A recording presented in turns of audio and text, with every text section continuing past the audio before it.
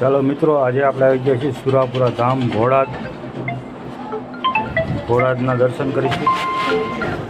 તો હવે આપણે સુરાપુરા ધામ ભોળાદ આવી ગયા છીએ, તો ત્યાંના દર્શન કરીએ. જય સુરાપુરા દાદા. ચાલો, કોઈને પણ આવવું હોય તો સુરાપુરા દાદાના દર્શન કરવા ચોક્કસપણે એક વખત આવી જજો.